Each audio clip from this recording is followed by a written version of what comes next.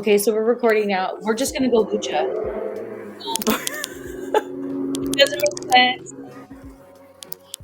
Ew, there's you hear that? You kind of sound like you're underwater a little bit. It sounds like someone's typing. I don't hear it. It's probably at your end. And I just was watching Ghost Hunters or Ghost Adventures, so I'm scared now. You're saying that. That's creepy. There it goes. Ah! What is that? Wait a minute. Move your little microphone. Maybe that's what it is. Yeah. Move that. Yeah, that's what it is. It's on my hair. Not a ghost. Is that better? So far, let's see. Go again. Like just kind of. That's what it's. That sound is something. I hear that. Yeah, it's still doing it. Damn. Let me see if you can. Let me see what it sounds like without it.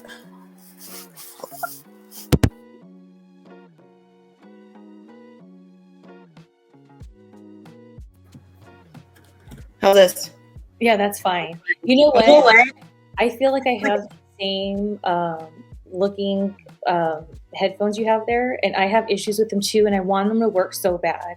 So when you were like, damn, I felt your pain because the ones I have, because I love like blue and like it's this really pretty sky blue, you know? Yeah. And I want them to work so bad, and they just don't. They're the beats. They're actually great, but everyone knows that the beats are not great. Labels. That's all they are. That's all they really are. But anyways, it's great to see you. We've been chatting on like texting and stuff like that, but it's always nice to see you in person. This is why like there's a couple of my friends that have taken me up on this, but that's why I tell some of my girlfriends, I'm like, look, let's like do a virtual happy hour or just like kick it. And I'm like, I make it clear to them, I'm not recording. It's not for any of my shenanigans. Like there's just a difference in seeing someone's face. Yes, I agree. And I feel like I've been working so much and I see people that I don't want to see. So it's nice to be able to get in front of someone I want to see. Yay! So what I was doing when I was preparing for this over here, when I was waiting for you to call in, I was like, I'm going to take some pictures right now because long story short, my health has been like crap lately. So today's a day like I actually feel good. So I was like, I better get these pictures now. And I thought, you know what? I got to get a real clickbaity like picture for this episode. So what do you think of this? This is what I came up with. Real clickbaity. That is the most clickbaity picture I've seen you take. Look That's at impressive. real clickbait. That's And then impressive. so here, I'll let you just look at it again. So Yes. what I was thinking when I did this picture, which by the way, it was one take and I got it, is in my head I said, yep, me and ACR talking shit again. And that's the face I made. So it's like natural. Yeah. You're very much an actress. It was legit. I know people aren't going to see that in that photo at all, but it was almost like to all of our haters and the people that hate watch us, it was like directed towards them. Like I had certain people in my mind and I was like, yeah, that we're still doing this. Yes. Hi. So with our last chat that we did, shit talking, I had a few people in the wrestling business be like, but everybody talks shit. And I said, hey, look, but no one makes it into a video and puts it out there. It's always hidden. It's always like gossip behind the scenes. No, we're just putting it in your face. Well, speaking of gossip, I heard some gossip about myself. Don't you love when you hear gossip about yourself? Oh, what's the story now? Okay, so it's Valentine's Day tomorrow. I'm going to put this episode up tomorrow for everyone. And by the way, look at this lovely model over here for Vampire Girl shirt. You could get it in Vampire Guy. It also comes in Vampire Girl in pink now. If you go to goodvibrationsboutique.com and guess what? Use the code ACR. You save yourself 10%. And so there you have it right there. Look at this beautiful model. Influencer extraordinaire. Like when I was getting dressed, I texted you, I was like, what are we wearing? And you're like, I'm gonna show some cleavage. And I was actually looking at my dresser at the time and I was like, and I saw it. I was like, oh, I've been wanting to wear this. So I put it on and honestly, it's so comfortable. It's so comfortable. You know how there's a lot of wrestler shirts that are just kind of itchy? Yeah. No, this, I can breathe in it. I don't even have to wear a bra for my titties to look fantastic. And they do. Look at them. Ladies and gents, let's give those boobies a hand or a clap. A clap there. Shake your titties, please. My boobies clap for you all day long.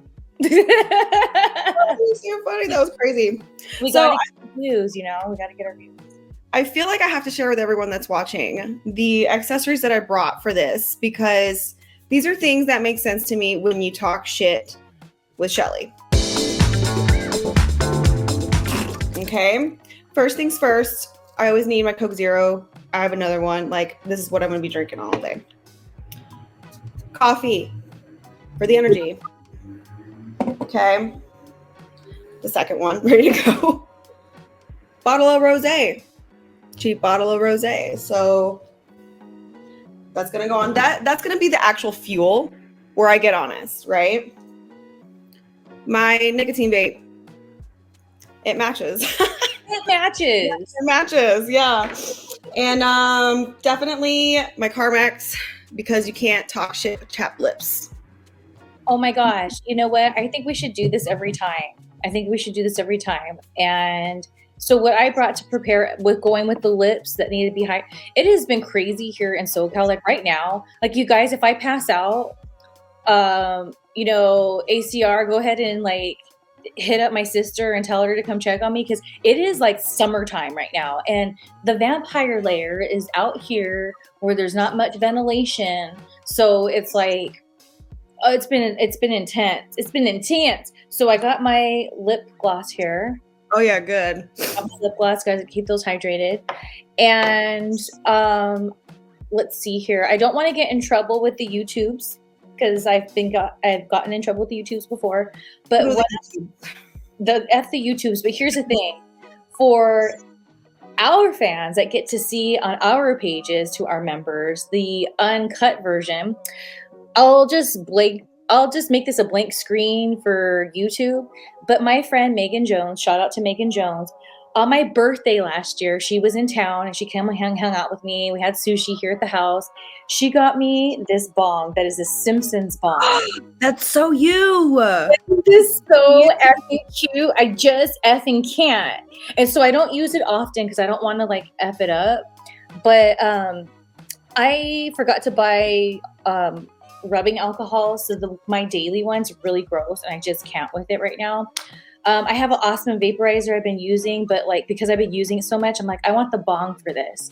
And then I got this, and you'll love this. Okay, so this liqueur I have here, it's called Cuckoo Liqueur. They're on Instagram. You should check them out. I'll tag them when I post this video and everything.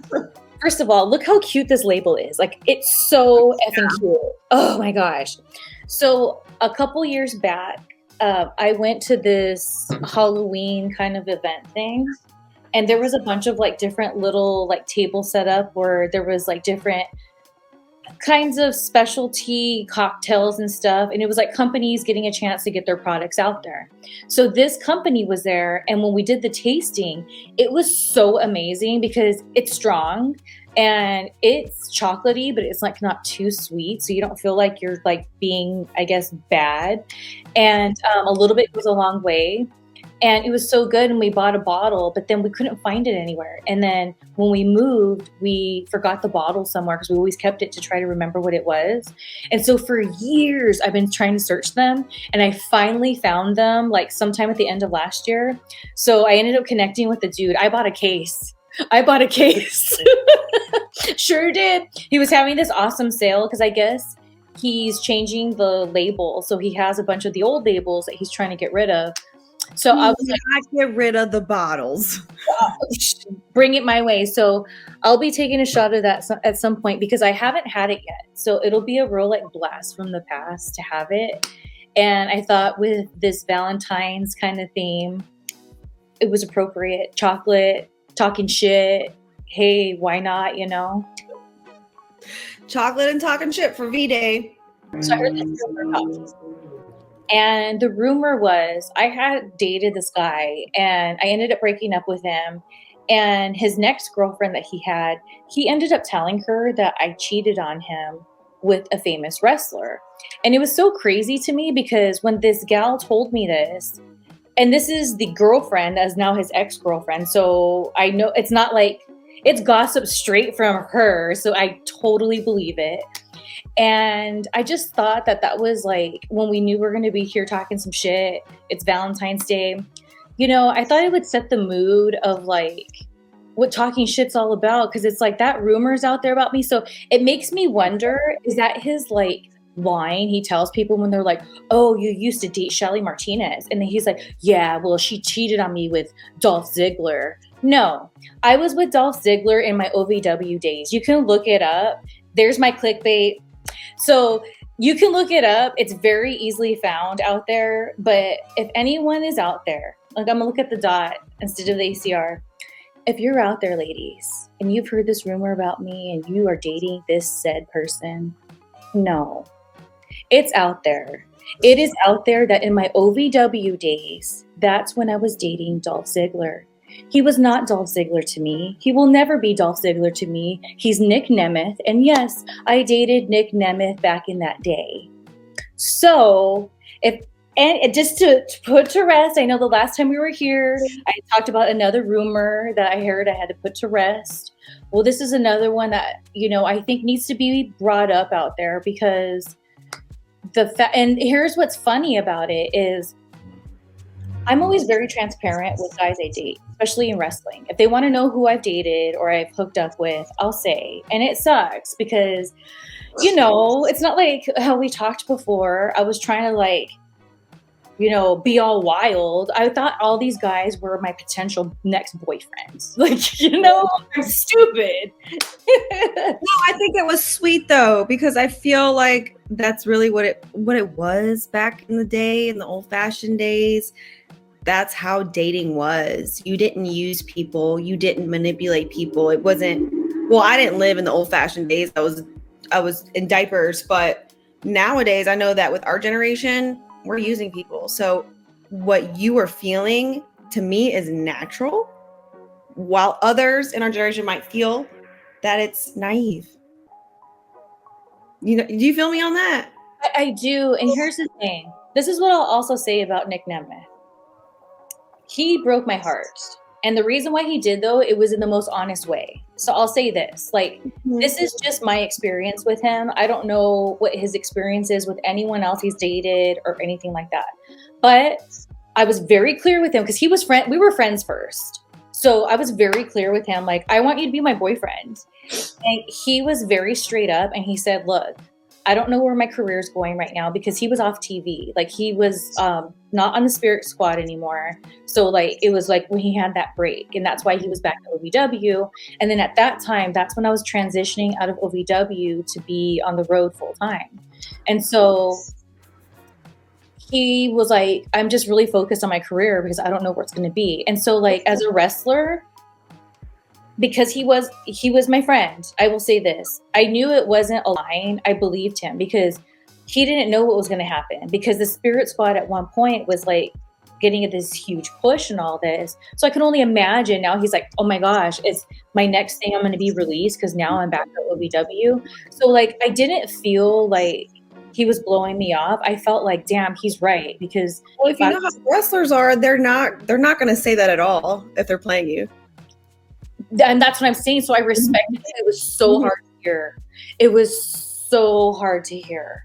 Yeah. Because I was like, but no, because we meshed so well. And like, you know, and he was very not secretive. Like amongst our peers, they saw us show up places together. They saw us be like, there's pictures on my MySpace back in the day. Like, people knew that like we weren't boyfriend and girlfriend, but like we were dating. And so what ended up happening is I just got too attached. I just got too Again. and I just remember being at a bar crying, just being like, why? Pathetic. Don't you like, okay, I feel like we've all been through something like this. Isn't it majorly kind of funny but cringe at the same time when you're like, why did I put myself in that situation? It's so cringe. So pathetic. And here's why. Because I'm going to say this. During this whole like friends, but we're hooking up kind of thing, I guess friends with benefits, but it was a little bit more in my opinion. I know what you mean. I know what you mean by that.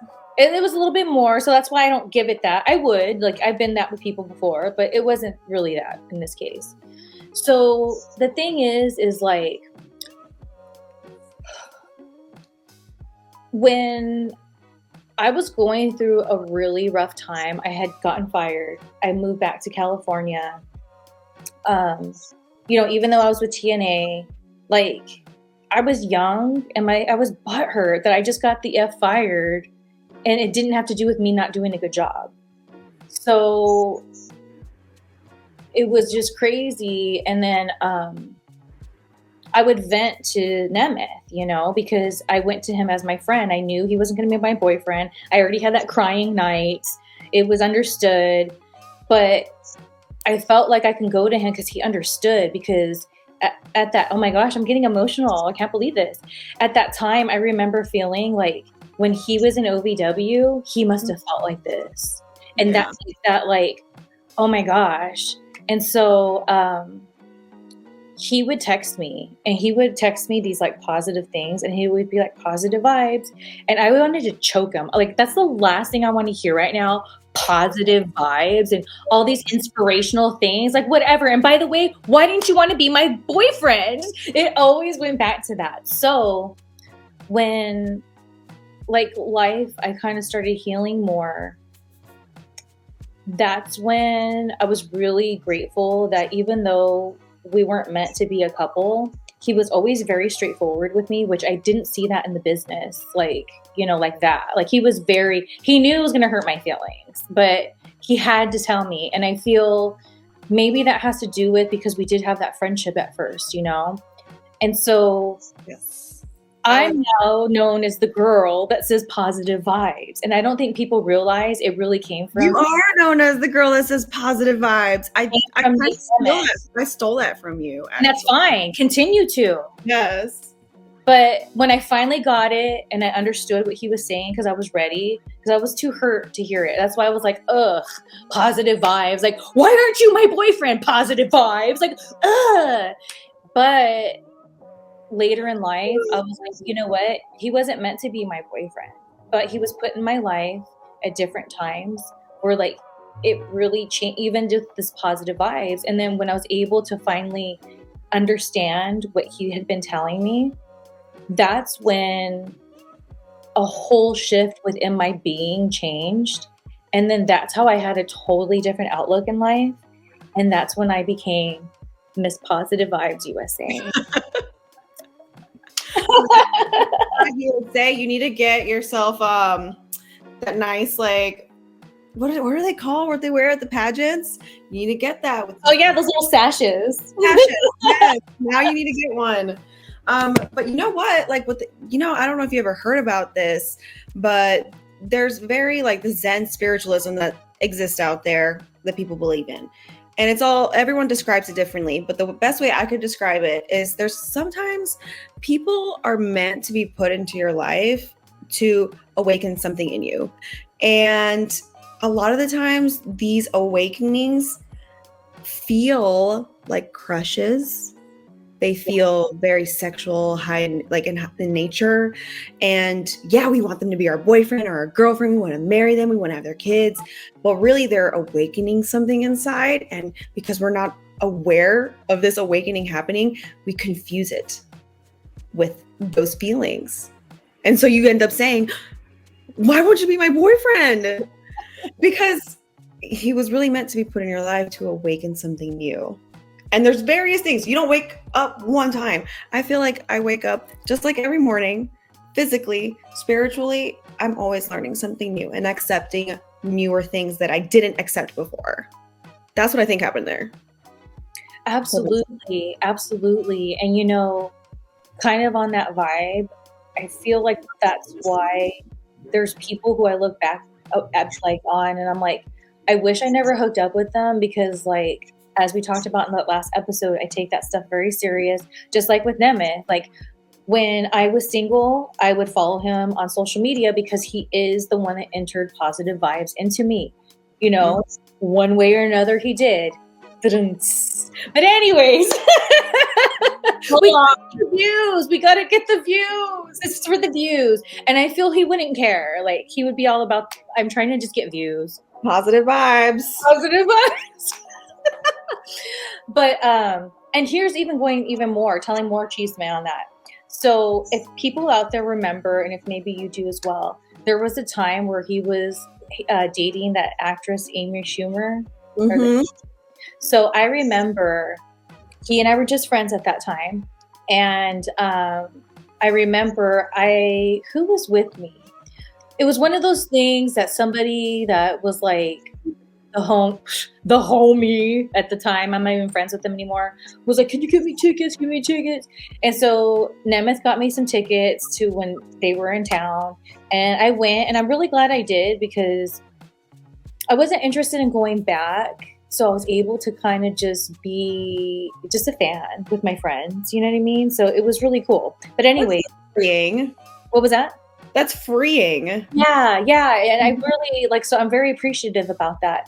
And so I remember him telling me, he was like, I'm just letting you know that everyone's getting together at this one place after, but I am meeting somebody there for a date. So I'm just letting you know that up front.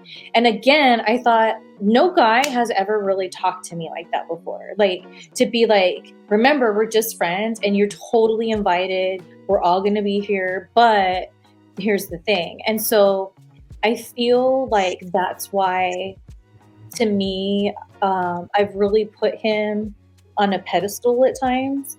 And he's another person that I know that if I were to, when I did reach out and we were just friends and we weren't messing around and it was just that, like, he was one of the, like, the very few people that ever got back to me and wasn't shady about it, like secretive about it. You know what I mean? So here we are at the Valentine's, we need the views. So I felt like that's a cool time to just try to, I've never talked about this stuff, but I wasn't even ready. It's not even about the views really, but it's like, I think people would be interested to hear that kind of behind the scenes thing, because my fans know me as positive vibes, and it like came from this guy. Growing up, I didn't have positive males, so it's like you were saying, these crushes or these little situations I've gotten myself in, it's like I put some of them on too much of a pedestal because they did like spark this thing in me. And I think that's why I've been disappointed when it's my fault. I put like expectations, like, you're like, would never be a person to do that. And then I find out they're kind of. I think you should say it's your fault. I don't agree with that statement. I don't.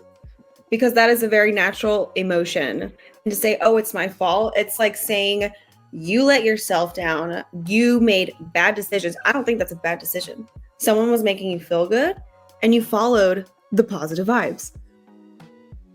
That's all it is. So don't talk down about yourself like that. No, it's not like that. It's not a talking down. It's more like it helps me now not do that, so that I don't continue to get disappointed like that, because you know me more than anybody when I say this. I was just talking about you to my friend that I was around recently. I said, I knew she was my homegirl when there was a time, people, where ACR was a friend of somebody that I had a falling out with.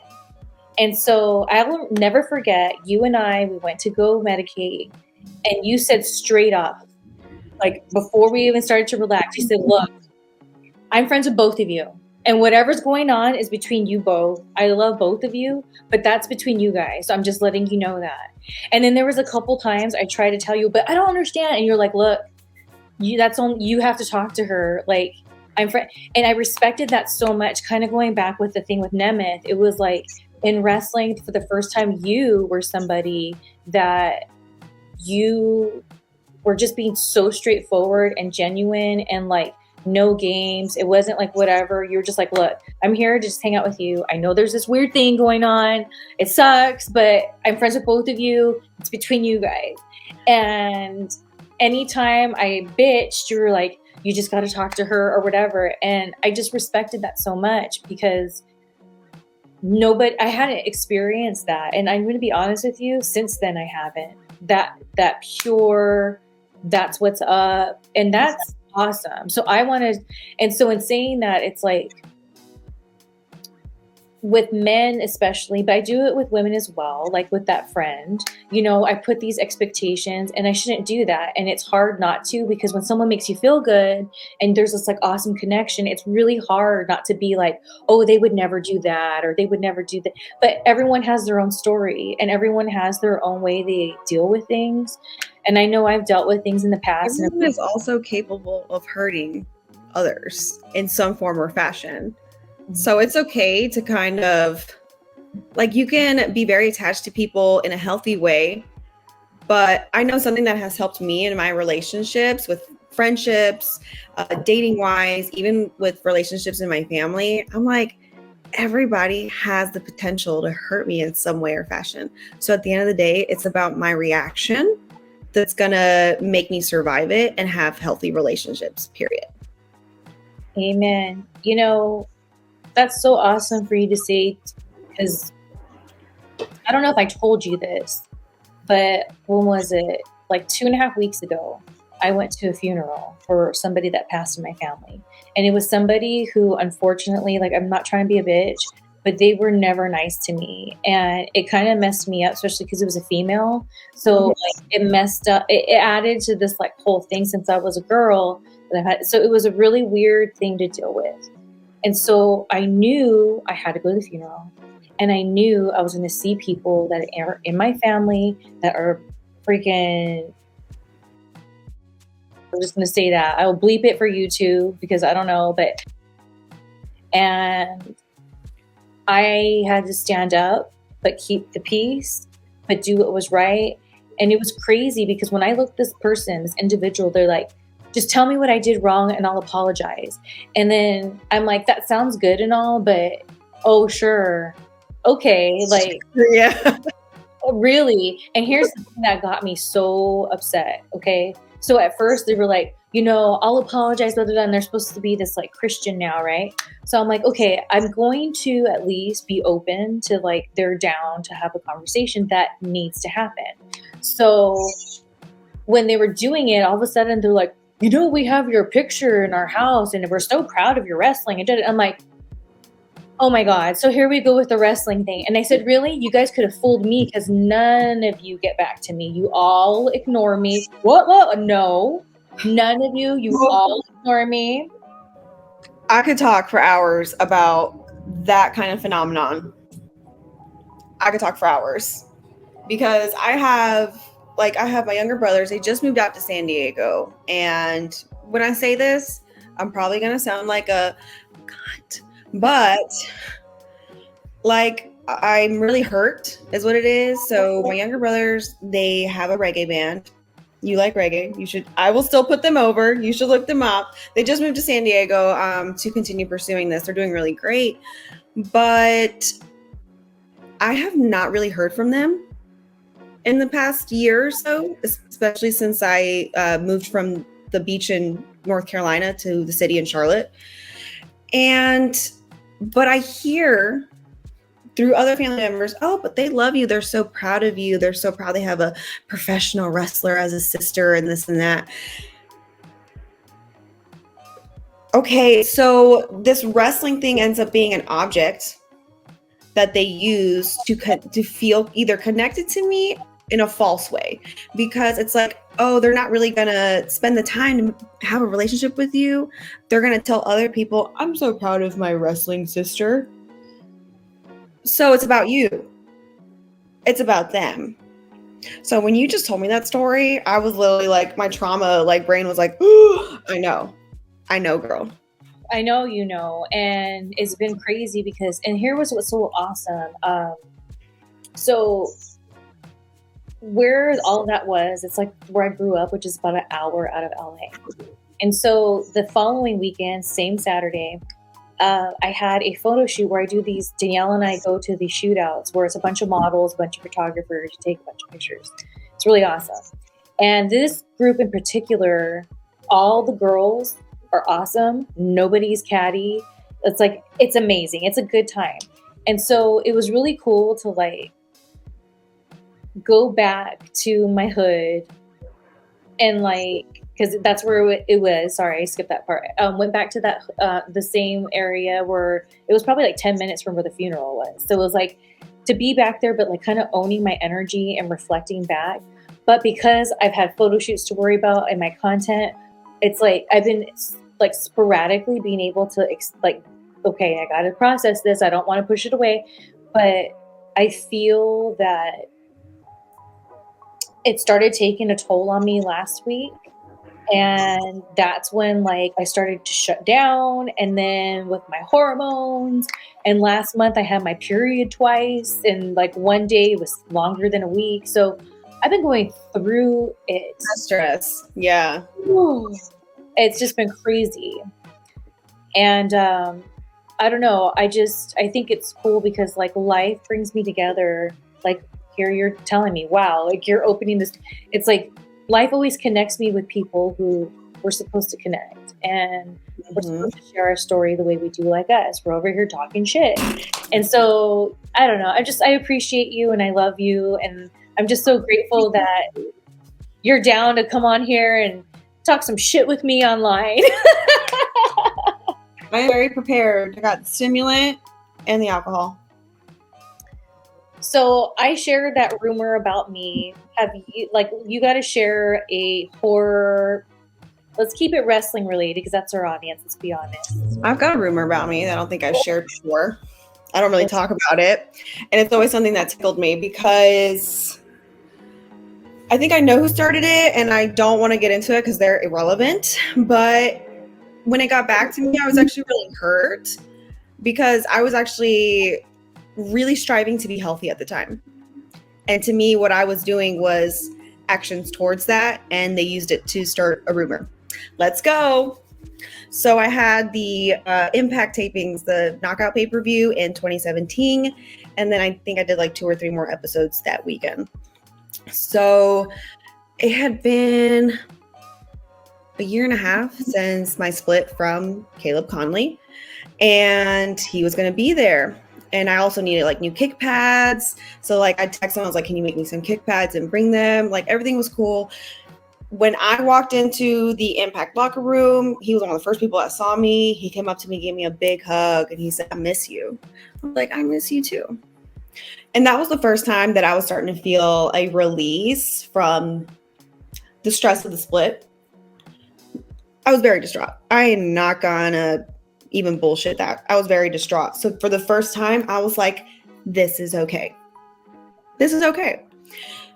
We were there all day, from the pay-per-view to the other episodes that we filmed at Universal.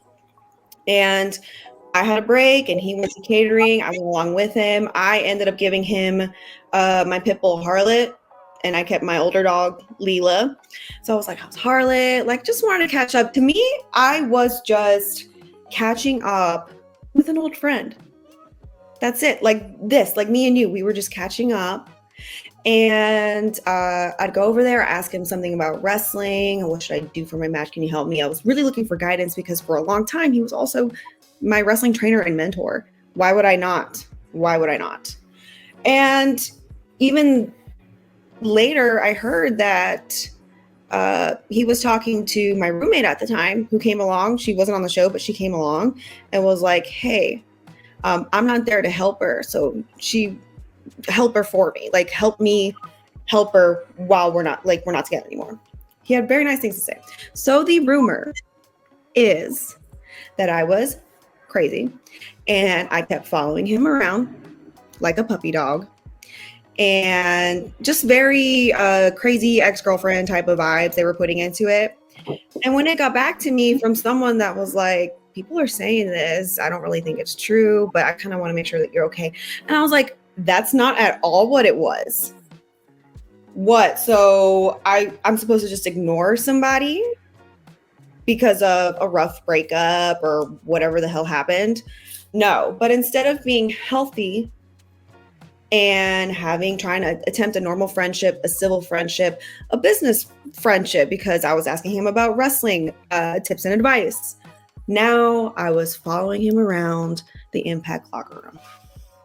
Cool. I was already in a really bad place at the time.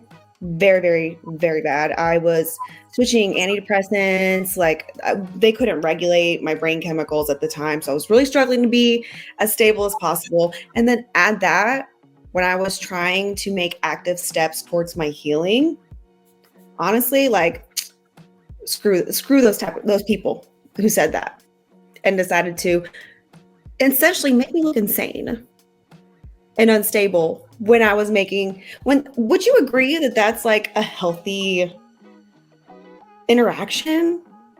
Absolutely. And here's the thing. I've seen more times than not the opposite when you have a couple that end up breaking up, especially if there's like ugly details to why there's a breakup. So it's like I've seen people like be real ugly, and sometimes they're bringing drama to locker rooms, and like the locker rooms are now effed up. So the fact that not only were you being cool, but the fact that you were also like being genuine and like, okay, well, how are you doing, whatever, and putting that personal stuff aside, it's like, I don't know, and it almost makes me wonder if whoever said this stuff about you, it's just such foreign behavior that they didn't know what to do with it. So the best thing they can do is just like make it seem like you were being this crazy person and blah, blah, blah. And that's what I feel was part of what made me not like wrestling, was seeing things like this happen, whether it be to other people or to myself. It was like, why is this going on? Like, there's no drama, so people just create the drama, and that's just too exhausting. Yes. And then in your case, it's extra exhausting because this isn't just like a guy you share a locker room with or you were friends with. This is somebody you have like a full-on relationship with.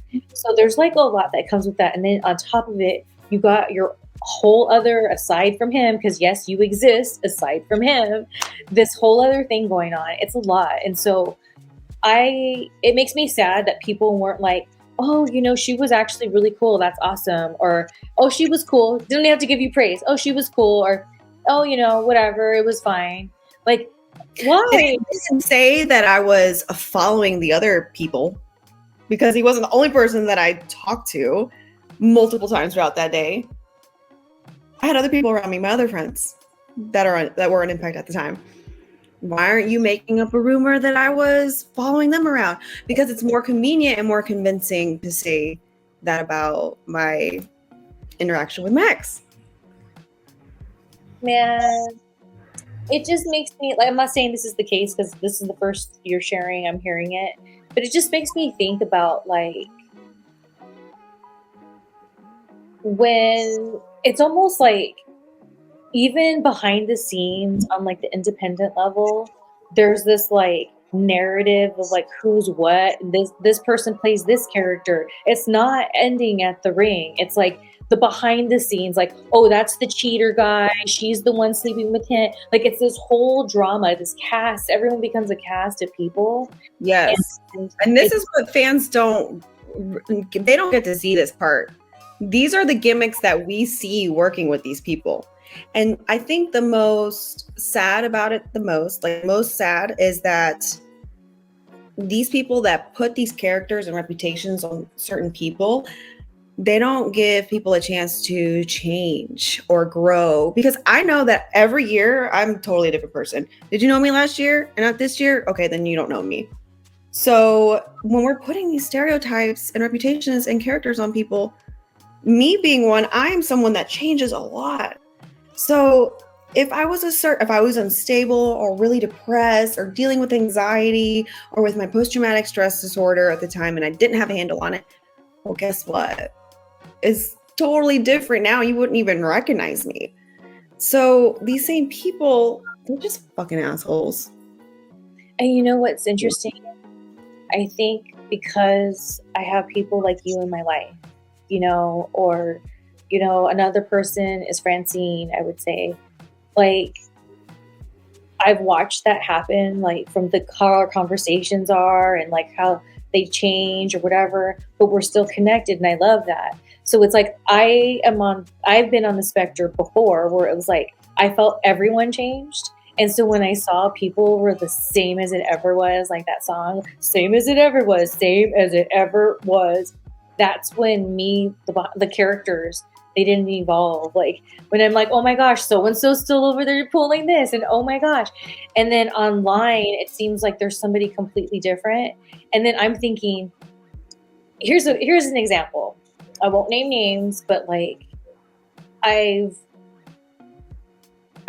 asked somebody before, I'm like, how is it behind the scenes now over there at WWE? Because they were with WWE. And they were like, it's the same. And this was a couple years ago, so I can't say for what's going on right now. I'm not talking about now. It could change. I don't know. But at this time, it's like I needed to hear that because I still was kind of like rubbed wrong by certain people. And so to hear that they didn't turn into this total family person or whatever the case is, that they're still at their antics. And it's like, and here's the thing, it's not even me judging them. It's like, that's sad because now you do have a family and things have changed. So it's time to like maybe get into some therapy or read some good self-help books or something to help understand why you keep doing this, because I've done that. That's what I've done, and I'm a person that I haven't been to therapy since I was like a teenager.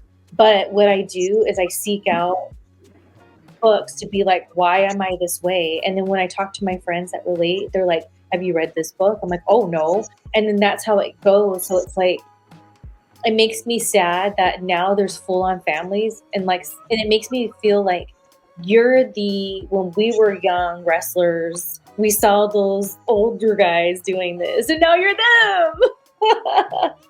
Yes. And I think like with a lot of these certain people that do not change, there's some ignorance there where they're not seeing how their behavior affects their now reality. Like you said, some of them have families now and they're still acting like they did 20 years ago. It's an ignorance, or at least maybe they're not ignorant and they're actually making an active choice, which is worse. And it's like, we don't know these situations. So like, we can't say whatever, but it's one of the two. It's one of the two. You know what I mean? It's like, it's one of the two. And the thing is I was thinking of somebody, I'll text you right now who I'm talking about. Gotcha. Okay. So this person, like,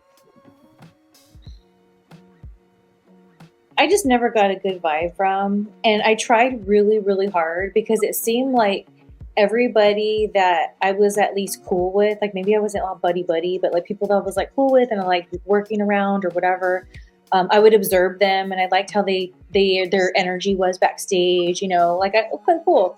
So they all seem to kind of like this dude. And so I'm like, okay, maybe I'm just being a bitch. Maybe I'm just a bitch and I'm just like, I don't know what it is. Cause he is not my type at all. So it has nothing to do with some kind of weird, like anything like that. So it's like, this person has caused mental health issues for a lot of people. And there's a lot of people that are effed up out there because of this person. And what's interesting is I got into a very heated conversation with this person once. And this scares me, but because I can't recall like when this has happened to me before, other than this instant, and it wasn't Batista. Um, I went up to this person and I was upset at something they had said, so I confronted them. And I just remember when their reaction was like to tell the person that, like, there was another wrestler near us, oh, take control of her or whatever, or something like that. It was like, that made me snap. And I got in this person's face and I said, I was just like this. And I was like, you know what? And I said, I remember the first sentence I said, and then I blacked out.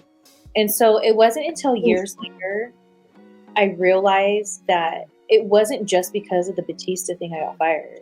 It's because I had a couple different incidences where I confronted some people backstage. And like, to me, it was just like, now looking back, I was just showing some boundaries. These are these boundaries that I have, you know, and they didn't like it. And I felt like where I grew up, like, if you don't state your boundaries like that, you're going to get effed with. And I'm not going to let that happen. So I was showing my boundaries, and I got into it with a couple different people. And so when I see this person, I saw some kind of commercial that they were on not too long ago.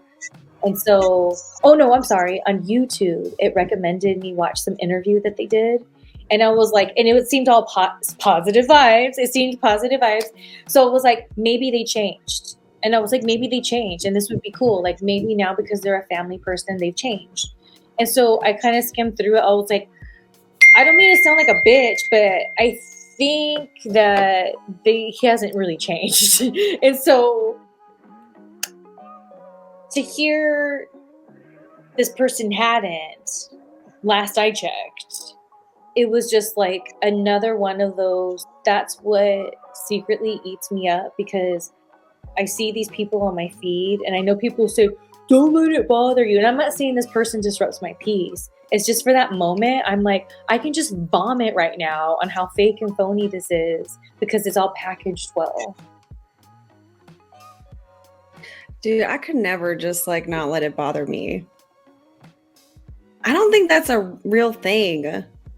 Why do people say that? Because to me, if you had a certain interaction with somebody and it really did affect you a certain way, even if the mention of their name is going to be like, the name. Don't let it, it's kind of like chill out.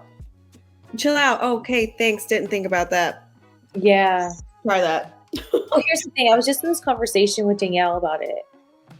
When I kind of throw out my feelings out there on the Twitter, there's some people that are in my life and they're really awesome people, and kind of like with the positive vibes with Nemeth, right? They'll be like, oh, you know, don't look at it this way and blah, blah, blah. And I'm like, I got that, but that's why I'm able to talk about it now online. It's not in a text privately or a phone call, it's online. So I'm able to talk about it. So it just makes me feel though, like, but it took me to have to feel all the ugly feelings, the uncomfortable feelings, to finally get to the point where, and just like with positive vibes, I wasn't ready to hear it yet. I was pissed. And then it rang in my head and it served my purpose. But that's why I like to tweet out there, even if I'm over something, or maybe I just a little bit, it does affect me, because maybe it always will, but it doesn't take me prisoner anymore, you know? Like, I can joke about me and Batista all day long. Hey, Batista, you want to wrestle? Like, you know, let's finally settle the score. You know, I don't care. But there was a time I could not. I could not joke like that because I was so hurt. But I think it's funny now. But like, which, have you noticed, y'all have both left the business? But did he really? He will always be. Yeah, I think he's a lifer. He's a lifer, but he got into Hollywood with his movies. So maybe, honestly, good for him, because that sounds like a great idea. Like, I would love to do that. I don't want to wrestle anymore. It hurts. I saw that tattoo on his chest. It's crazy. But anyways, So, I don't know. That's why, like, when I get these moments where it just kind of bothers me, because here's the thing. Like this person I'm talking about, it's not like I had this huge, crazy, like, it's crazy to me. I blacked out though, and I don't know what I said. And I'm very sure that You're so mad you saw red. Like, I saw black. Like, next thing I know, like, somebody was pulling me away. So I don't know. And you know what? Now that I think of the timeline, that was shortly before the Batista thing. So I was on thin ice and I didn't know it, because I didn't, like, I've talked about before, I was busy chasing around this guy that wasn't Nemeth at that time. But, like, I was trying to chase this guy that I wanted to be my boyfriend. So I didn't know anything. And that's why I'm dying to know. I said it before. Like, what was said about me? Like, when I confronted this person I texted you about, what was said? Like, what was said about me? They're probably like, who's this bitch? She's here for 2 seconds and she's telling you what? And I don't even know what the what is. I don't even know what it is. But, poor Batista, I'll say this. Poor Batista, I've been, like, throwing him under the bus all these years, saying it's because Batista got fired. No, that was just the last straw. But, so sorry about that, Dave.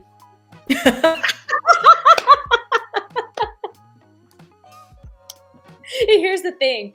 I made one of my smoothies, my medicated smoothies. And when you were talking about, that rumor that was said about you that you had to set straight, that's when it started hitting me. So now it's really like in full effect. I am so glad, because I think this is my second. So I'm feeling right there with you. Man, what I wanted to say too, because what I was thinking about you having to show tell off people to show your boundaries in regards to things. In wrestling, I feel like maybe like old school days, which I got to see some of that, right? It was about veterans pushing your boundaries to see if you would take it. Does that make sense? It does. And you know what? I guess, like, because, okay, you're taught this, right? But until you just said it and it, like, connected right now, that's what was going on. Because that person that I text you, he was a huge name already at that time. You know what I mean? And I'll text you who the other person I yelled at. I yelled at this person because they were rude to me. I got so many good stories when you're done with this one. Because I was, heard. I think I've talked about this on my, when I have my podcast with Stoner Jesus, which is still on hiatus. Who knows, it'll come back.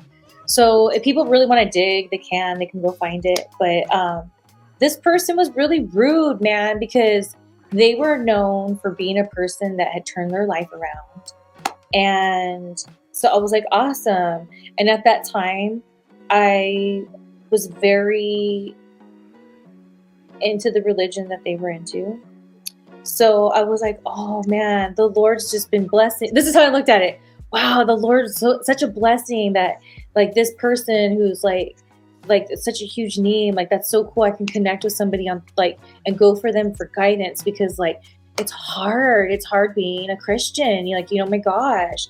And so, especially I'm a vampire, I look like I'm not a Christian, So I'll never forget when we were going into a meeting, and I remember this person was standing next to Triple H, and they were shaking everybody's hand before we go into the conference. And when I went to shake his hand, he had some chapstick, and he just, like, looked the other way and started putting his chapstick on. And I just went, and then the person was like, behind me, I don't even know who it was. I hope that this story gets out so I can find out who it was. If this is you, please tell me. I won't ever say your name. I pinky swear. Like, you could sue me for the $5 I have in my bank account. Like, I will not say your name. So somebody behind me goes, just keep going. And I was like, oh, and I was like, you know what? That's real fucked up. And I said, I worship the same God as you. And then I walked away. And then I just remember the person behind me, like, I don't know who they were. It was a guy. I just kind of pictured them in my head, just going like, oh. Oh yeah. And I was like, so hurt that like I thought the Lord brought me together with a brother in Christ to help guide me in this crazy world of entertainment. I'm in my 20s. No, not 1%. And I was never even a fan of this person. I was a fan that he loved Jesus and turned. Yeah. That's what I was a fan of. You know what I mean? Because his wrestling always got on my nerves. No offense. Like, I never cared for it. Me and my friends used to make fun of him when we would have our like wrestling watching parties. But I became the little Christian that I was at that time, was a fan for life when I knew he was a brother in Christ. What a disappointment. I know. So that was before the first person I text you their name. So the timeline goes, the person I just text you about, and then the person that I blacked out, and then Batista. So it was a trifecta. And they said, this bitch is gone. That's rough. That's rough. What is she doing? You know what I was doing? I was putting on a damn good show. That's what I was doing. This is so funny. Like, you and me are so similar because we both just did not give a fuck who was who, and we saw everybody as people. I still do. And when I came into the scene, little baby ACR, I started getting around that I was, you know, an adult entertainer, a stripper. Oh my God, right? Big deal. And they were, I feel like the chicks a lot, the veterans were kind of like treating me like, don't you just want to model or things like that? Which, yes, I do want to model also. Okay. But like, as if I wasn't going to take wrestling seriously. I was using it as like an ego boost or something, whatever. They didn't want to believe that I was into wrestling for the sake of wrestling.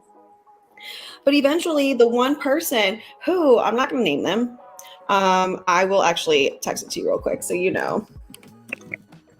Technology, we love you sometimes. I am.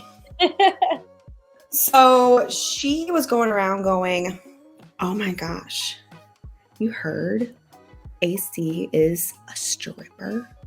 Like, it was so just controversial, so controversial. And to the point where people started treating me badly because of it. And eventually we were doing a custom shoot together in Tampa. And when I heard that she was doing that, I just kind of, because she was always nice to me, to my face. We were very cool right now, by the way, very, very cool. But we had to get there. And so I pulled her aside and I was like, hey, I heard that you learned that my shoot job is stripping. I've been doing it since I was 18. I've been doing it longer than wrestling. And if you have any questions about it, I'm more than welcome to answer it for you. You know, we're adults. You can ask questions about it. And her face was like that, stunned. Here is this baby wrestler talking to her like an adult. Like, you got questions, you can ask. You don't have to go around saying these things, because for you to spread it that way, there's some sort of ignorance in what I do, right?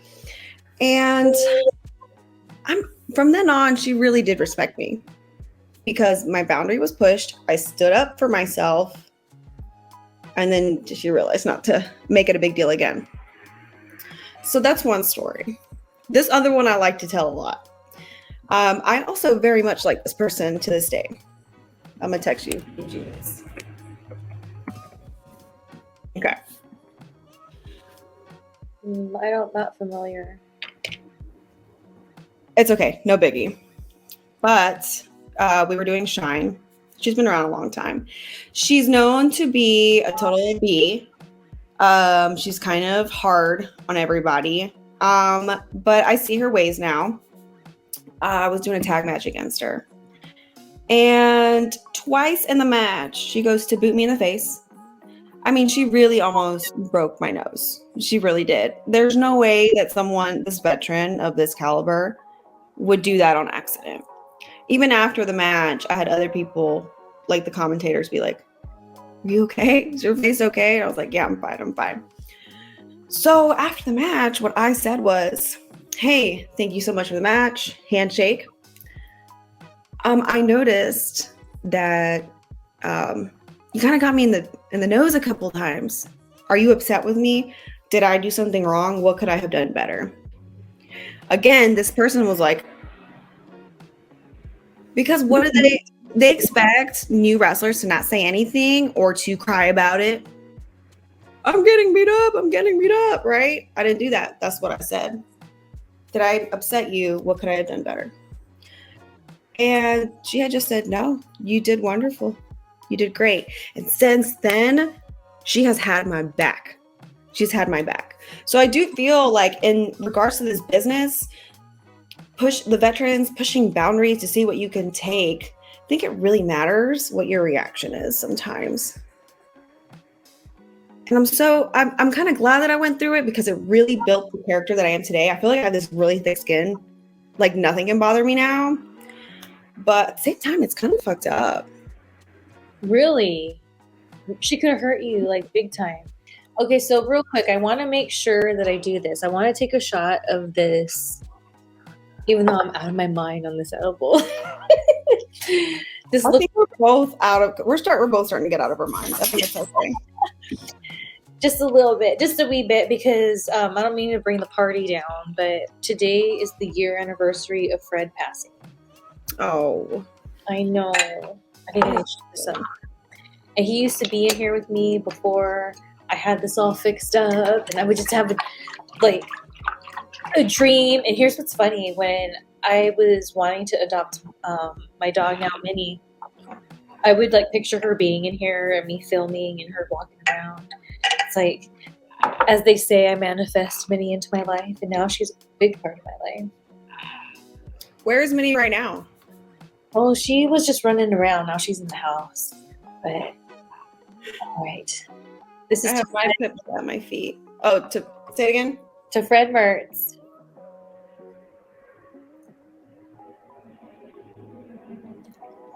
Ooh, ooh, ooh. Maybe that's why it's called cuckoo. Ooh. You know what's funny? I was thinking about your own obsession with The Simpsons. So mine is, funny enough, Futurama with the same creator. Oh, I love Futurama. Yeah, I named my dog after Leela. Her name was Leela. Oh, that's so cute. You know what I love about Futurama is, like, I know it well, but I don't know all the episodes. When one sneaks by that I haven't seen, it's like such a cool feeling that I get to feel like, oh, this is the first time. Or maybe I had seen it, but I didn't really remember. Like, maybe I wasn't paying attention or whatever. But that show is really effing funny. Like, did you know Hulu's bringing it back? Oh, are they? They're gonna have new episodes. Oh, I hope it meshes well, because I was just talking about this. I think on a Martinez Girls Radio, about how when I love that show, Arrested Development. Are you a fan of that show? I watched it sparingly. It's good. So when it ended, or they got canceled, I was one of the people like, bring it back. But like so much time had gone by that I feel like it just wasn't the same. Not just because they were older. It was just like they were out of practice from like being so like rehearsed and on it, and then all this time goes by. So I hope with Futurama, like it's like different. It's voice acting. It's just a different approach. So I'm sure it'll be fine. A lot of the actors are reprising their roles. I think the only one that is not is Bender. Oh. Apparently this is happening like live right now. Like they're recasting, they're figuring out who Bender's going to be, because the original voice actor is not going to be a part of it, which breaks my heart because I love Bender. His name is Bender Bending Rodriguez, so that is my cousin. Absolutely. Absolutely. I love that when he goes, I'm Mexican, and he opens it. Oh my gosh. So, hold on a second. You getting text this popular? I know, it's Danielle, my sister. Ooh. I'm so popular. Hold on one second. I just love now. I know that's why her name's Leela. Mm-hmm. Her name is Leela Sativa Rodriguez. I think though, like she's 10 now. I mean, I think she's gonna be one of those pit bulls that live quite a long time. Yes. Pew, pew, pew. She- That she's- punk goes over. Yeah, you would think she's 4 or 5 with the way she acts and her activity, yeah. But I think as much as I love pit bulls, because my boyfriend he has a black pit bull, still with his parents in New York. But when we have, I'm trying to buy a condo right now, so when we like move in, we're gonna have 2 pit bulls at the time. But after Leela passes, and then eventually his dog, I think I'm gonna take a dog break, and then get a little dog. It's helpful having a little dog. It's really I helpful. always had big dogs, and I'm a big person. And I am too. I grew up with big dogs, and I had little dogs here and there, but mostly they were like bigger dogs. And what I love is going back to Danielle and I going to our old hood. Well, she left her phone at the shoot, so we had to go back a third time. So that third time, we were able to at least make a thing of it. On my Instagram, I did an Instagram story. You guys got to follow me on there. I'm more active on there now. Shelly from Cali 4. We were able to go to the cemetery and put some flowers from her family there. It's really important to me. And then we found this really awesome sushi place, and we didn't know it was going to be awesome, but there was like no outside seating. So I have this little purse that Minnie has, and it's like a carrier. And so she's so good. I just zipped her. No one knew nothing. She was just on my little booth, like right next to me. She just went to sleep. And it was like so awesome because I didn't have to worry about her being in the car or being left home for so long because it is a hike to like get there. So yeah, it's really easy to have a little dog. And now I'm like traveling a lot more in this part of my life to where I mean, I've had to get Leela put on as an emotional support so I can fly with her, but she is my emotional support animal. But I'm kind of seeing the benefit of getting a small dog that I can also fly comfortably with. I don't feel safe putting dogs in cargo. I don't agree with that. No one's watching them. I'm sorry, dogs, even though they are legally property, to me, they're family. And I wouldn't put, Shelly, I wouldn't put you in the cargo. Little dog's gonna have to be where it's at for now. Yeah, it's helpful especially when you have that kind of lifestyle, And like even with the Mertzes, I had 2 of them, and it was a lot because I had 2, but it was easier than like having a big dog or whatever. But anyways, so before we get going here, we got to hear a story from you about like a Valentine gone wrong or something of that nature, or some kind of disappointment, or your worst Valentine's. My worst Valentine, I mean, basically is not having a Valentine. I was never invited to prom. I was always that type of person, never invited to prom. I did always have a boyfriend somehow. It's most of my life. But with Valentine's, I never had anyone really show up for me. If that makes sense. So now that my boyfriend is home from work, he's got his work covered for him tomorrow. Yay!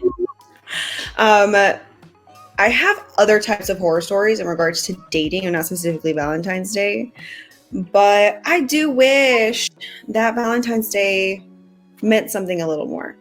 I know when me and Caleb were together, we were both chasing wrestling. So money was not as expendable as it is now in my life. So a lot of times our Valentine's Day dinner which wasn't a bad thing. It was, cooking a steak at home and just having a glass of wine and watching Futurama or something like that.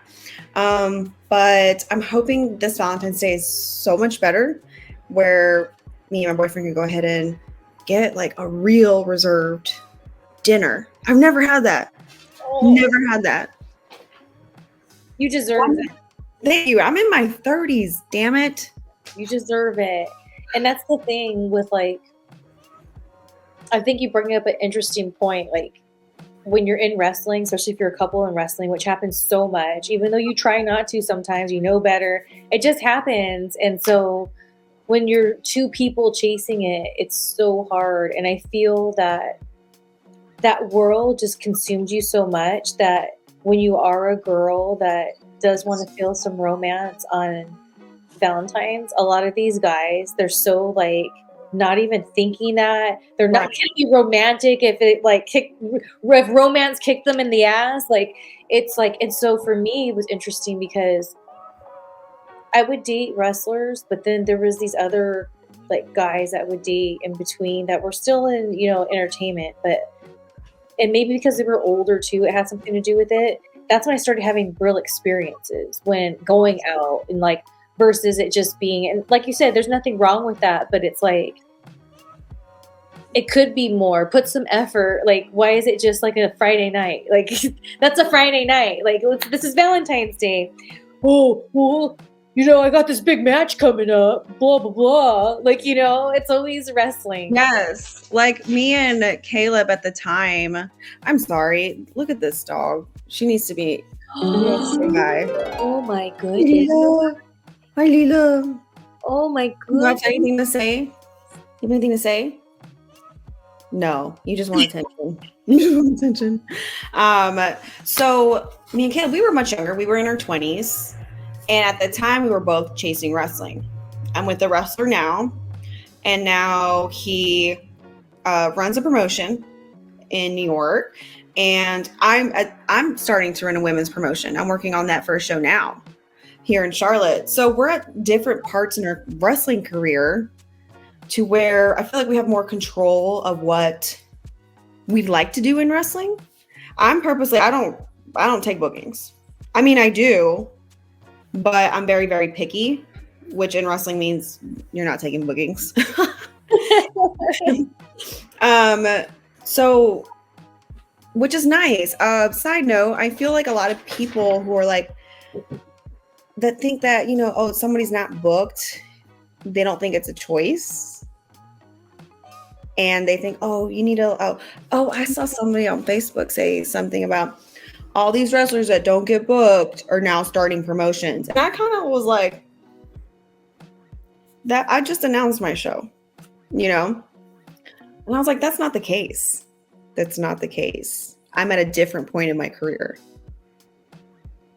So And here's the thing. I think that is so effing cool, but these people who are being like catty about it, because that's how it's coming off. I don't know if that's what they're trying to do, but that's how it's coming off. It's like they're so in tune with like what they want in wrestling. They assume that they think that what they want out of wrestling, you want it. So, oh, you must not get booked, therefore you're just gonna da-da-da. And it's like, no, dude, you know, not everybody cares about like being on the road 24/7 and like whatever, you know what I mean? It makes me want to puke that these people are so quick to like make a post. It's one thing if they privately felt that, but they make a post, so they're putting it out there for us to discuss. And it's like, you can't for 1 second think that maybe there's other people who don't care about wrestling as much as you do. It exists, but still care about wrestling. And it's still attention. It's still your passion. You want to, gross. It's very selfish way of thinking because look, I'm in my 30s. I'm not going to be chased. I've been doing this 10 years now. Why am I going to be acting in a way as if I'm still chasing it when I realize I joke and say I know everybody in wrestling. I remember Rebby telling me one time, she's like, you know everybody in wrestling. I was like, God, I really do. So I'm at this point where I'm so connected. I have so many friendships that have become family to me. And I have worked for various companies. To say 10 years later that I'm still chasing wrestling is a disservice to how I see myself. It's almost disrespectful. I'm not chasing it. Wrestling is what I do. There's different ways to be in the industry. Not only that, there's different positions. I do strongly believe that anyone who is trained in the ring and understands it and does it quite well should venture out of just doing matches. Okay. So you have the wrestlers, you have refs, because refs are usually previous wrestlers. You have agents and producers. You have promoters. You have bookers.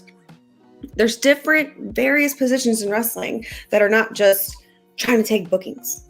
Somebody has to create those bookings, and I prefer that it be someone who understands wrestling because they've done it before, rather than a fan with money wanting to play Vince McMahon.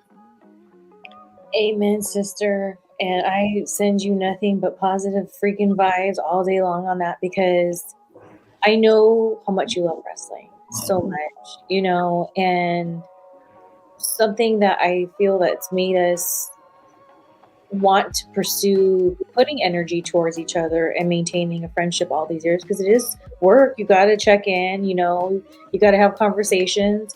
And so it's like something I've always respected is, from what my journey in with wrestling, I saw a lot of people that like I thought I connected with because we were looking at wrestling in the same way, and like oh, you know, yeah, you know how it is, and having those kind of talks. But then as soon as the opportunity would come, it's like they threw that all out the door and became what we just talked about that sucked. And with you, every time. And so with you, I've seen you continuously work and go where you want to, and having matches and being a part. And now you're building this thing because it's lacking. Let's just be honest. Like, that's lacking. So, okay, why not take that opportunity? It's a lot of work. You're willing to do it, and you have so much to offer because you're freaking awesome. And it's not because you're just like, we're born to be this. It's like, no, because who your soul is, you found your passion. So you couldn't help but wanting to eat, breathe it. But when you saw what, you were just like, oh, so let me just take care of this then. Let me just do it over here then. Mm-hmm. And I see so many, like, first of all, side note, I deleted my Twitter because that crap got too toxic for me. I will never be on Twitter again. But I was always seeing a lot of people in the business, or even fans, saying there needs to be more women running wrestling, or in that form or fashion, agenting, producing, whatever. And then if someone were to tell me, oh, you're not taking bookings, ma'am or sir, I am creating the bookings. And not only I'm not having one match for my show. This is not my match. I'm having 6-7 matches. And those are my matches. I may not be wrestling on them, but I'm creating it. So you're even more involved with wrestling behind the scenes. I mean, this promotion, I'm building it from the bottom up. And I mean, down from like the production to getting sponsorships to getting everything booked. That's all me. And it was all my money, my poor wallet. But at the same time, like, I'm not doing it out of ego either. Like, this show is not about me. I could give two shits. I'm happy. I'm a happy person. This show is about women's wrestling and it being done right. So if anyone has anything to say about it, because I can't get booked because they don't see me booked currently, eat it. Because for everyone to say, oh, I wish women were in more power positions in wrestling, then do it. Do it. I just did it. I just decided to take the reins and take control of it. Just do it. We don't always have to be just wrestling.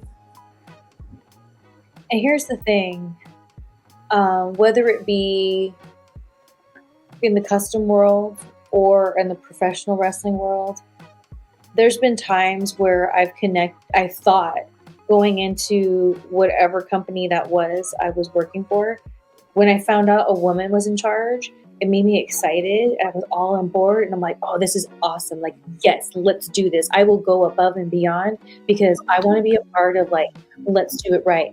And aside from one company that's actually a custom company called Modest Moms Wrestling, shout out to them, they all disappointed me. Maybe it took some time for a while, but they all the other ones disappointed me heavily at one point. And like, so when you had shared with me this is what you wanted to do, I was like, you're the perfect person to do this because I've seen you by watching what you put out there online. And then from our private conversations for years, I've seen you eat shit and people screwing you over and people being assholes to you. And I know how that feels and it sucks. And it's like that's why you're perfect for it, because I feel that happened to you so that you were exposed to a side of wrestling that you needed to see. Maybe sometimes people, it took them a long time, but from the beginning, they were after you. They did not want you there. No. They were after you. They were after you. So from the beginning, you got to see what was up, and I think that's really powerful. And I feel it's totally in sync of what you're trying to do right now, because that's why you're doing it. So that shit ends at least at your place. Oh, absolutely. And that's really my goal with this show, is not only just a women's wrestling show. It's called WrestleDex, Wrestle Diva Extraordinaire. Oh, diva. Oh my gosh, you're going to have booty shaking. No, I'm going to have actual women wrestlers, actual talent. And I'm going to make sure that they get treated with respect and that they want to work there. Because I've had situations where shows that I'm so proud to be a part of, but really, I feel like I'm eating shit just to do it, just to be a part of it. And I'm not getting my voice heard, or even like there's shows where I do for free and I'm like, I have flown a women's champion into the show that I was doing to help out. So I have resources to help out with women's wrestling, and then they forget about me. I don't ask for much. I really don't ask for much. I just love wrestling. So seeing how egos, I think it's egos. I call it the Vince McMahon syndrome. This is not a shit on Mr. McMahon. He's created a wonderful company where people can feed their families. So it's not him, but it's mostly how others who start wrestling promotions do it, I think, for the wrong reasons. It's really about them. And this show is, the only bit that it has to do with me is that it makes me feel good to create an environment for my girls to kill it and have a good time. Otherwise, it's not about me. It's also about my chicks and the new ones that are up and coming. I want to leave wrestling better than I found it. Absolutely. And I feel that firsthand how it feels to,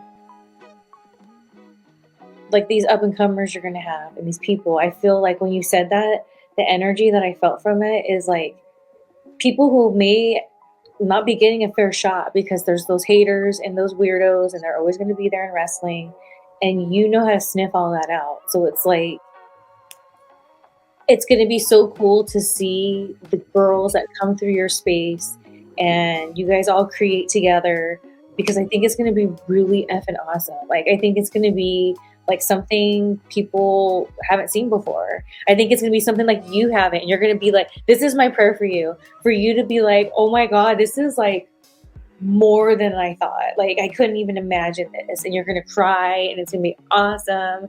And I think that's what it is. And just, I'm excited to continue to watch this journey that you're on. And, because as you know, along the way, when you have these like injustices with wrestling or people in wrestling, you kind of end up in conversations with other people at the right time. So you're not crazy. You're not the problem. Because that's what they try to make it seem like, you're the problem. Mm-hmm. And all of a sudden, you're venting to somebody and they're like, me too. And you're like, oh, I knew it.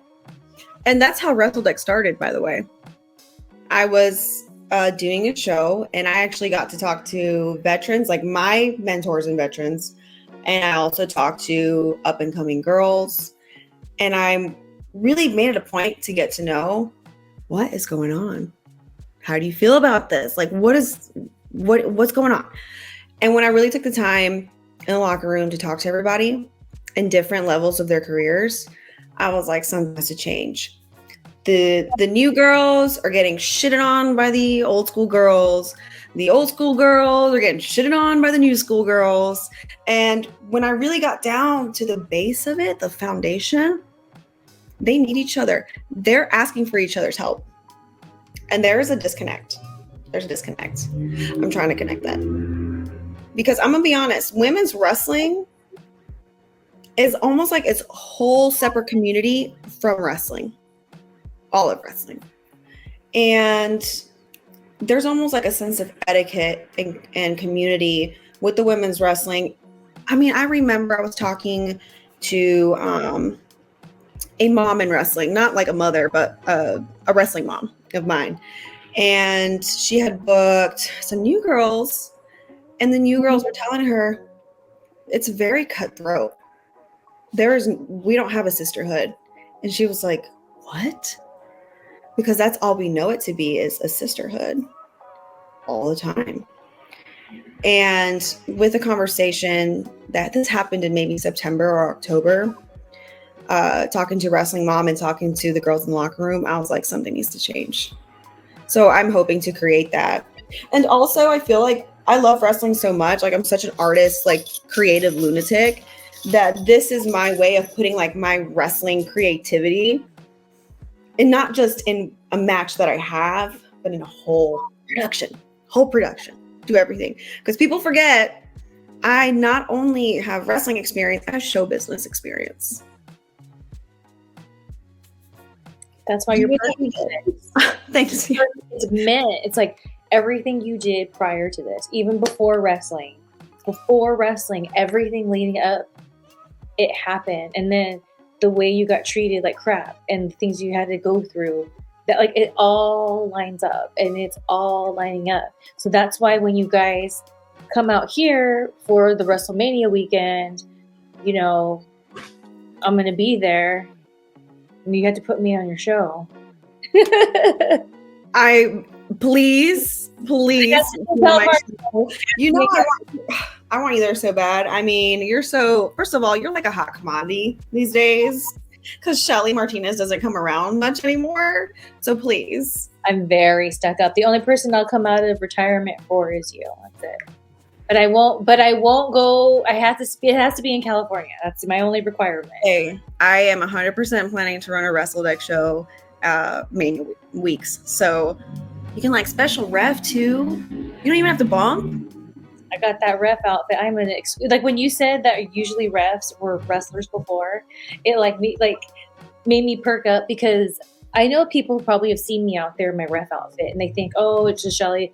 Oh, they didn't have a match for her, so they just made her a ref. No, I wanted to be a ref because when I first started, there's this ref. He's in AEW now. I'm so glad he is. That he's like, his name's Rick Knox. He was in like Pro Wrestling Guerrilla.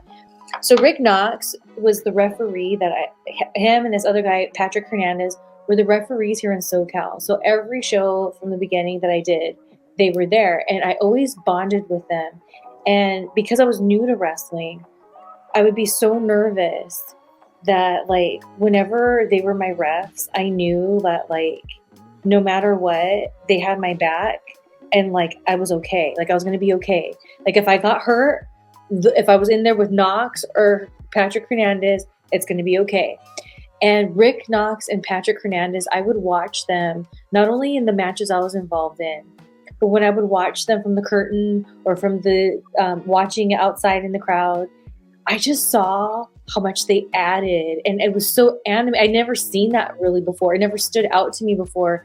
Like I remember Patrick Hernandez in particular, there was some match and like somebody cheated and he was arguing with him. And so the heel made him count. So instead of him just going like, fine, okay, I'll count, he made this face like, oh, I have to count. So God, 1, and he just like got in his 2, 3, and then he just looked at him like, there, you happy? And then like, I just was blown away at that. And then Rick Knox at these shows, how like he would connect with the audience. And like, I just was so taken back. So when the first time, yes, there wasn't a match for me. So they asked if I would ref. And I said, oh, I'm gonna get a real cute outfit. Yes, I will do it. And so that was my first time channeling my Rick Knox and Patrick Hernandez. And I fell in love because I saw that there was girls that were nervous and I was helping them be more comfortable, or I'd play off of them, or they would be like, oh my God, I'm lost. And I'm like, it's okay, don't worry. Like, and I started channeling not just that like performance end of Rick Knox and Patrick Hernandez, but how they helped me because I was scared sometimes. You forget, or oh, what's good, something went wrong. But there they were and they had it and it made it look believable. And so that's why when you were like, usually old wrestlers, it's like, yes, dude, I love reffing. I love it so much. Me too. I love to ref too. And you are the wrestler's ref. Like, that's why I had texted you. I was like, I need to use you. You are the one. And I don't think there's another woman in your position. It's almost like your own gimmick. I know. I've been saying this, but here's the thing. I tried to push it for a little bit, see if I can make some extra money, like to the bigger companies. They weren't having it. But the thing is, I'm fine with it because I bet you the reason why is because you're going to be here Mania weekend. You're going to have your show. I'm going to be the ref, and it's going to be freaking awesome. And that's why, like, that's what it's meant for. Because I take my reffing serious. Well, I always said, like, anyone who would look down at someone in a referee position or doesn't think that they're anything is wrong. It's straight up wrong. I would always say that referees are better wrestlers than the wrestlers. A lot of the times. A good referee. I'll say that because there's bad referees. So, like, I remember doing matches and begging for certain refs to ref my match because I knew they were better wrestlers than me. Right? And they don't look like wrestlers. They look like refs, if that makes sense. Yeah, totally. And when you have a good ref that you jive with, it's better chemistry than the good chemistry you get with another person you're having a match with. Absolutely. That's why being a ref to me was paying forward that. And that was my like little way. Like, people would always be like, oh, you should do this. And I was like, no, I do what I do and I don't have to explain myself to anyone. So it's like the ref Shelly. So people out there watch my ref Shelly stuff. A lot of that, like, it became a passion of mine because I took with what I learned in SoCal with Patrick and Rick Knox. And when I would get scared when I was like an OVW or whatever, what my go-to thing was, I always grab the ref because I learned I just need that ref. And so I ended up having, like, there was this one ref in OVW, Ray Ramsey. I used to call him Rainbow Ramsey. Shout out to Rainbow Ramsey. Oh, Rainbow Ramsey. And like, I would always use him, and we, I think, ended up bonding because I just would always use him because I was nervous. So I had to use Rainbow Ramsey. I tell you, a good ref makes the world of difference to like your emotional state during a match, to the actual match. World of difference. And honestly makes it harder when you have a new ref. It's not a shot at them. Everybody's new.